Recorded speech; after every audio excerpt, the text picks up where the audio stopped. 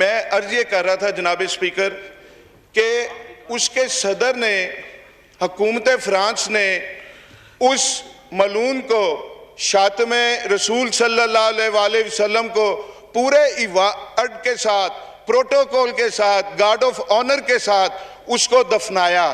اس کو فرانس کا اعلیٰ ترین سول ایوارڈ دیا گیا، اور پورا ہفتہ بلکہ اب تک سرکاری بلڈنگز پر وہ خاکے وہ لٹک، سرکاری طور پر گستاخی کی جا رہی ہے، ناموس رسالت صلی اللہ علیہ وآلہ وسلم پہ حملے ہو رہے ہیں.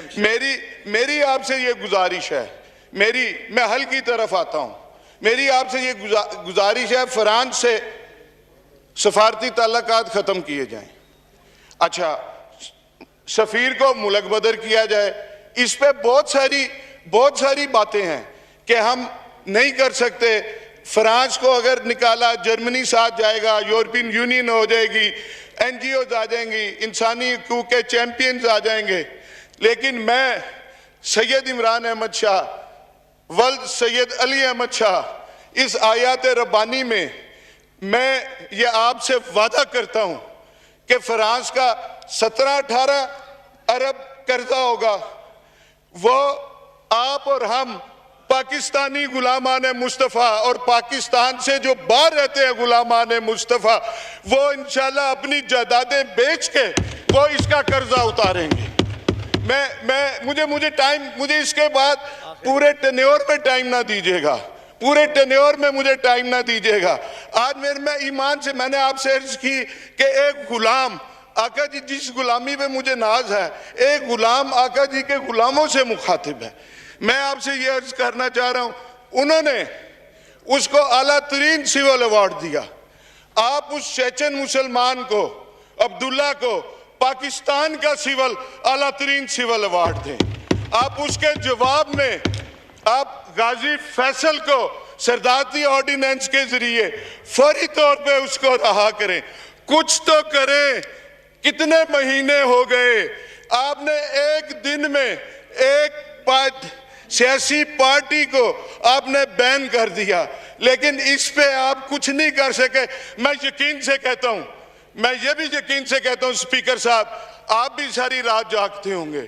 علی محمد بھی نہیں سو سکتا ہوگا کہ وہ گستاخی کرنے والے، رحمت للعالمین، خاتم النبیین، پوری جہانوں کے لیے جنہیں رحمت بنا کے بھیجا گیا، اس پہ گستاخی کرنے والے، سرکاری طور پہ، حکومتی طور پہ گستاخی کرنے والے، ان کا سفیر اس پارلیمنٹ سے، اس پارلیمنٹ لوجی سے، انکلیو سے چند سو گز فاصلے پہ سفیر آرام کی نیند سوتا ہے.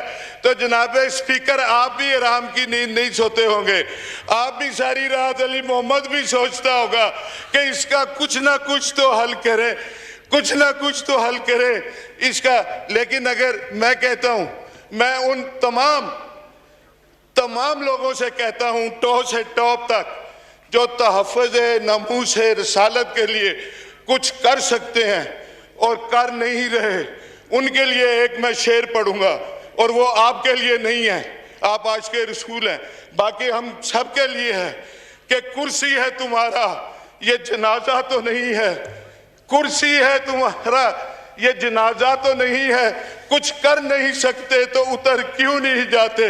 ہم تحفظ ناموس رسالت کے لیے اگر کچھ نہیں کر سکتے تو ہمیں اپنے عہدوں پہ رہنے کا ہمیں کوئی حق نہیں. میں ایک بات جی عوام کے لیے میں حل بتانا چاہ رہا ہوں.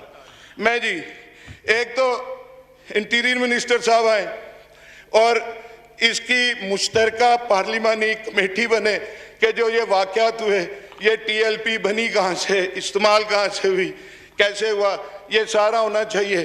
دوسرا، میں ایک آپ کے ناطے، آپ کے توسط سے عالم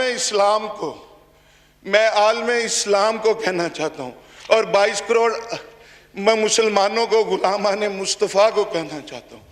میرے سے بات نہیں ہو پا رہی جناب اسپیکر. میں آپ کی بات سمجھ گیا جو آپ کہنا چاہتے ہیں. نہیں، آپ سن لیں.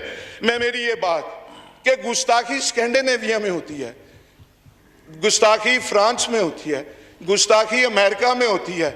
ہم ادھر احتجاج کرتے ہیں، اپنی املاک کا نقصان کرتے ہیں, ہم اپنے بندے مارتے ہیں, ہم اپنے وہ چنگچی رکشہ کل پرسوں کسی کا جلا, اس غریب کا کیا قصور تھا؟ ہمیں پرتشدد احتجاج نہیں کرنا, ہمیں پرامن احتجاج کرنا ہے. اور کرنا کیا ہے یہ میں عوام کو بتا رہا ہوں, مسلم امہ کے آگے ہاتھ باندھ کے یہ اپیل کر رہا ہوں. گستاخی ادھر ہو, ادھر یہ کیا کریں کہ اپنے بچوں میں سے یا اپنے بہن بھائیوں میں سے ایک بچے کا عہد کر لیں کہ اس کو قرآن کی تعلیم دیں گے, اس کو حافظ قرآن بنائیں گے, اس کو دین محمدی کی تعلیم دیں گے, عالم دین بنائیں گے.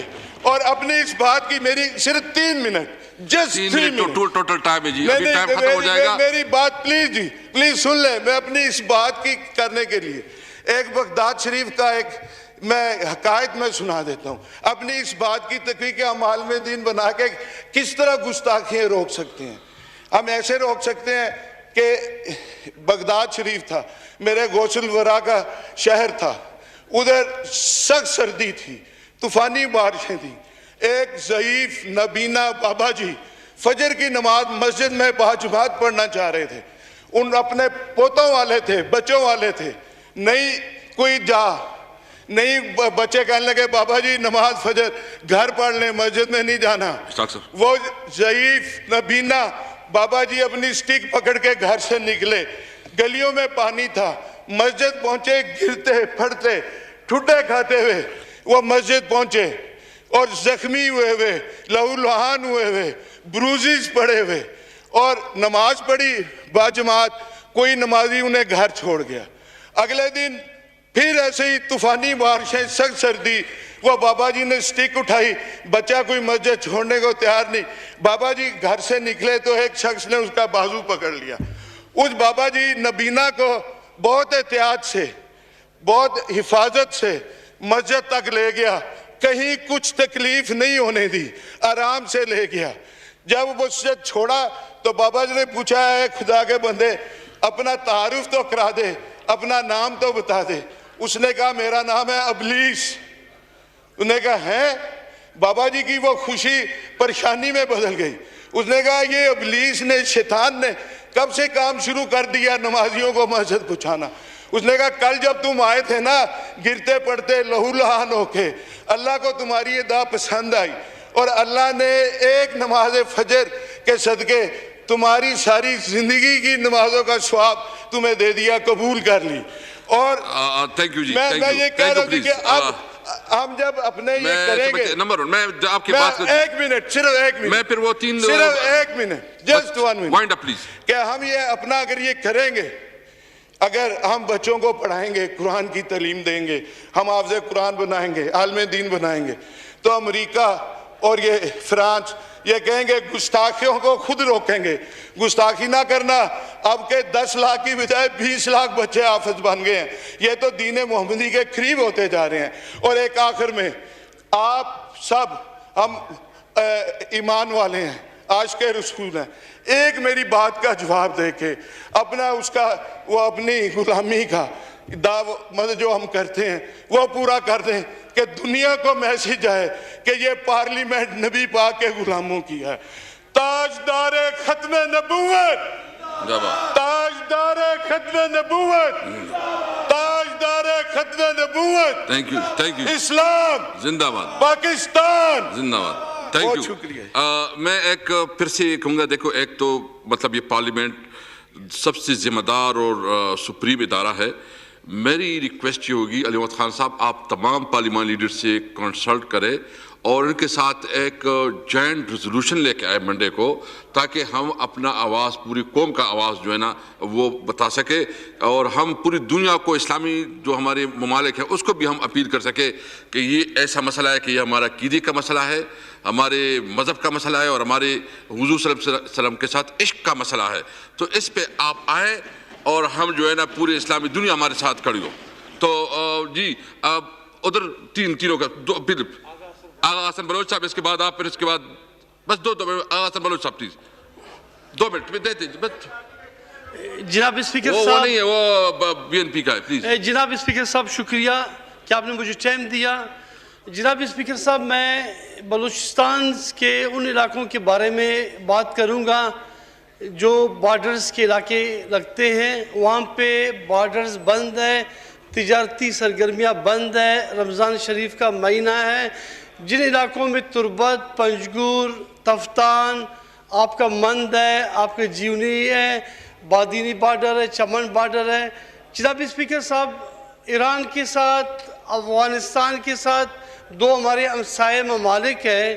ان کے ساتھ ایک تو ہے کہ ایران کے اس علاقے میں سیستان بلوچستان ہے، وہاں پہ بھی بلوچ آباد ہے، بلوچستان میں بھی بلوچ آباد ہے، افغانستان کے بادینی میں پشتون آباد ہے، اس سائڈ بھی پشتون آباد ہے. لیکن جناب اسپیکر صاحب، پچھلے کئی مہینوں سے مسلسل ہر دفعہ آئے دن بلا وجہ بغیر کسی جسٹیفیکیشن کے بارڈرز بند کیے جاتے ہیں، تجارتی سرگرمیاں بند کیے جاتے ہیں، جس سے وہاں کے لوگ نان شبینہ کے محتاج ہو چکے ہیں. کیونکہ بارڈر میں جب تجارتی سرگرمیاں نہ ہو، دو ممالک کے ساتھ یقین کرے وہاں پہ نہ صنعتیں بلوچستان میں، نہ زراعت ہے بلوچستان میں، نہ فیکٹریز ہیں، نہ کارخانیز ہیں، اور نہ ہی کوئی ایسا کوئی بزنس کے حوالے سے ہے. آپ کا ایشو بالکل ویلڈ ہے. آپ ایک کام کریں، آپ مجھے ریٹن میں دے دیں اور اس کو میں ریفر کرتا ہوں کمیٹی کنسرن کو تاکہ اس کا پورا جائزہ لے اور اس کا وہ کر لے. جی چتھالی صاحب پلیز. بسم اللہ الرحمن الرحیم. انتہائی قابل احترام